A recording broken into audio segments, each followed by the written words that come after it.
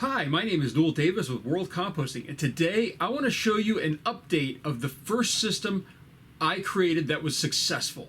This is a 35-gallon trash can that I cut a hole in the bottom and converted it into a flow-through type system, and it worked really well. It's the first system that was successful for me. It's the system that is the great-great-great-great-grandparent of all my other worms that are red worms in my systems.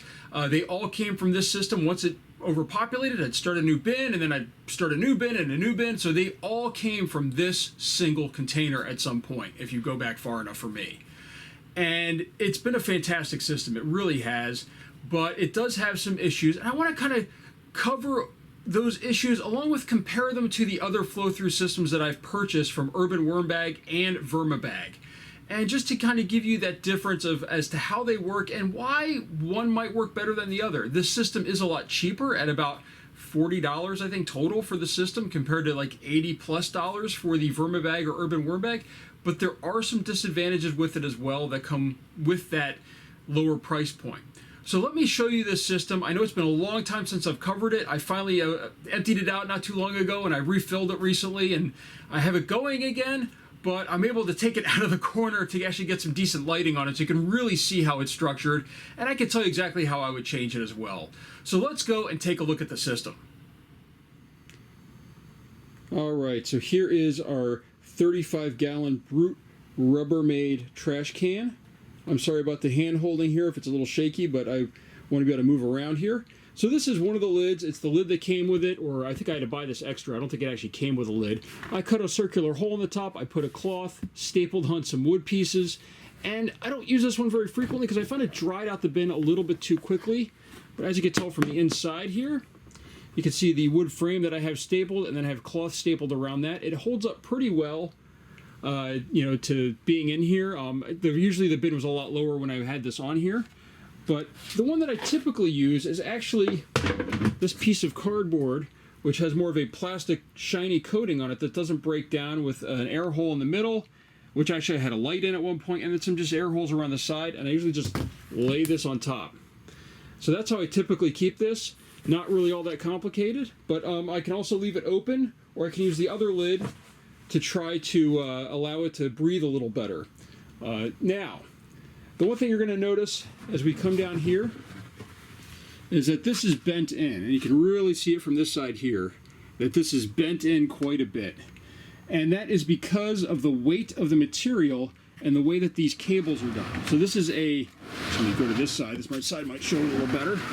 This is your standard coax cable here that I weaved through after I drilled holes into these sides. So I drilled some holes, I ran it back and forth, weaving it through like you would a needle and thread, and that's how I hooked this up. Now, because of that, when there's a lot of weight on these cables on the inside, it just pulls this section in. And I didn't think about that when I was doing it. I know that there were some people that were actually showing these with metal rods, which maybe if I'd put one metal rod through the center, I could have kept this popping out a little bit better. But I didn't do that, and actually this sort of is a good design, really, because with that there's a little bit more compaction on the bottom, so the worms tend to migrate up in the system pretty well for when you harvest out of the bottom. Now, that brings me to this bottom section right here, which, as you can see, has a huge dried piece of compost that I cannot get out of here, but this section in here is where all the castings fall. Now, this again was cut out. As you can tell by, I drilled a hole and then just used a blade of some sort to cut this out. I can't remember. This is quite a while ago that I did it. And, this allowed me to harvest the castings. Now, with that, this does have an issue. It's kind of hard to get into and get those castings out of there because it's a small opening, and I had to buy a special shovel just to get in here.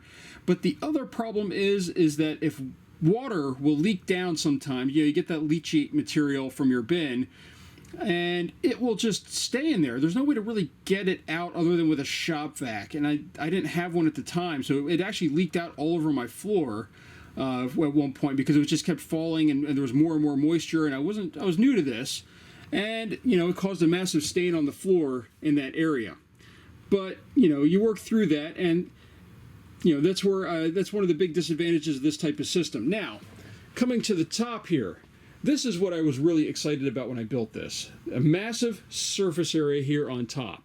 And this is actually a really good composting bin because of that. It works incredibly well. As I said, this is my first one that I had working.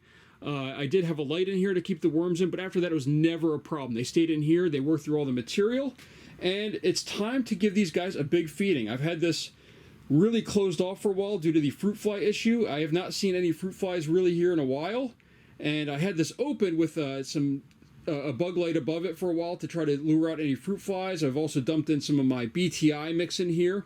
So it's time for a large feeding, and that's what I'm going to show you now. So let's go. I'm going to set this back on a tripod, and we're going to start feeding this bin. Now, as you can tell, this is pretty dry, this bin, and that's because I've let it dry out on purpose. So what we're going to do is, as we do with the other bins, I'm going to put a glove on. We're going to sort of shift this off to the side.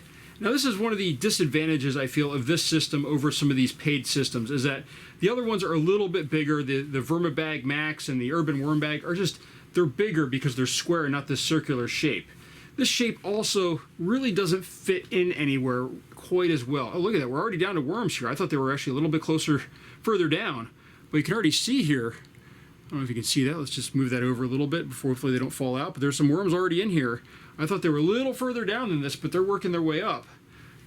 So, but there is a kind of a disconnect when it comes to the shape of this and the shape of everything else I have in my basement here. Actually, there's more worms here too. These are actually doing really well in here. As you can see, it's a little dry.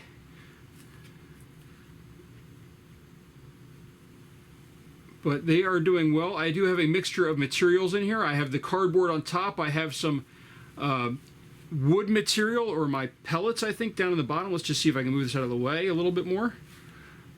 Let me zoom in just a little bit more for you guys and gals. That way you can see a little better.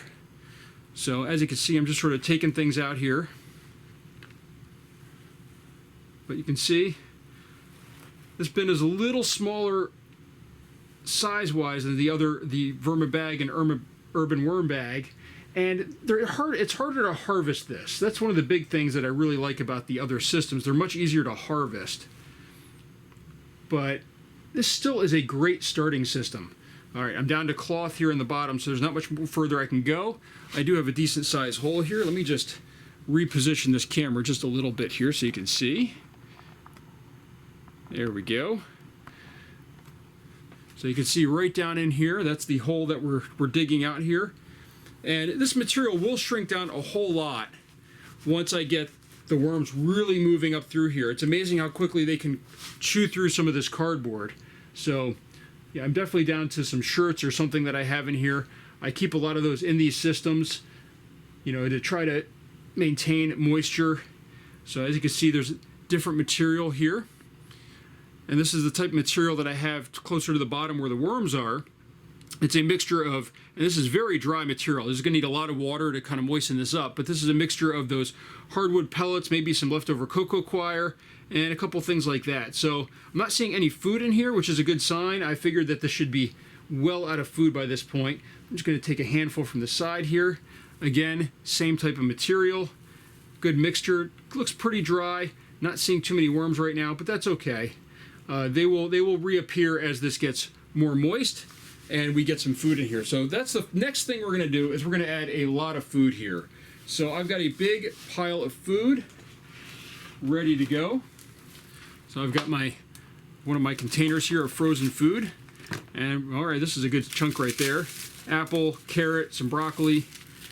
Although I try not to throw broccoli too often in this bin because it does tend to release the odors a little bit more. I think I'll take that out actually, the broccoli there. But I'm going to break off some more of these banana peels, which I have a whole ton of. If I can, there we go. Some Brussels sprouts in there too, but that's okay. But we're going to just bury these down in here, just like that.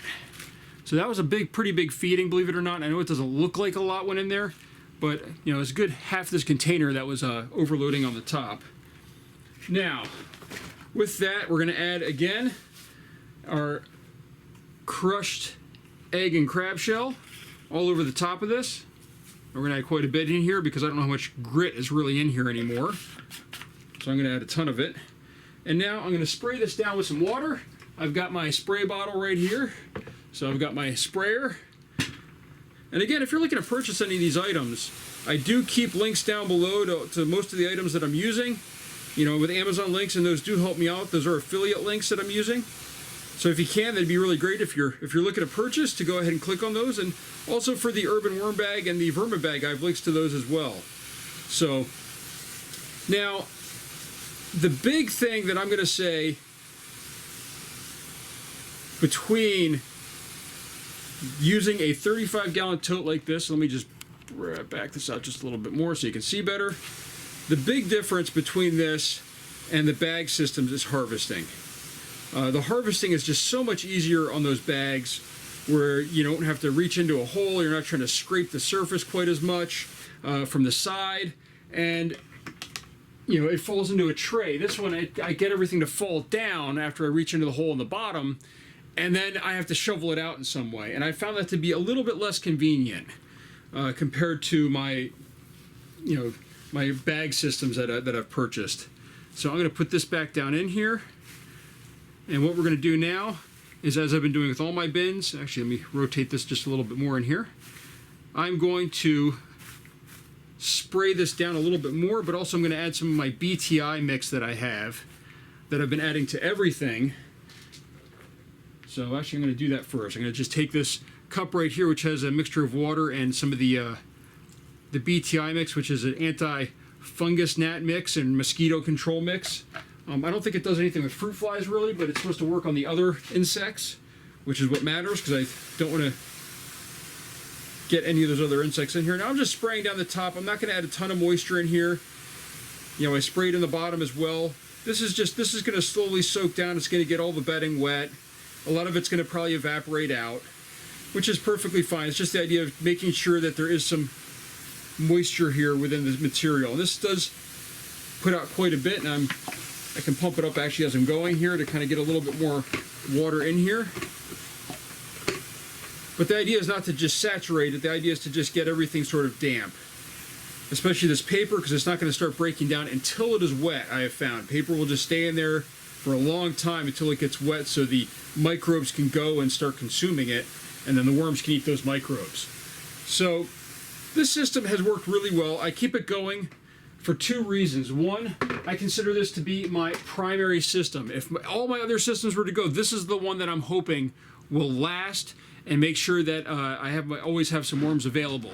So this is that system that I call the master system of all my other systems. If I have another bin die, or something happens, this is the one I'm hoping will make it. Now, I've found that I've never had to go back to this system, thankfully, but that's why it's there. So thank you for watching, and if you have any questions, please let me know about the design or how this works. And if you have any design changes that you would make, please leave a comment down below. As I said, I would probably insert a metal rod or something to really support those sides so it doesn't collapse in.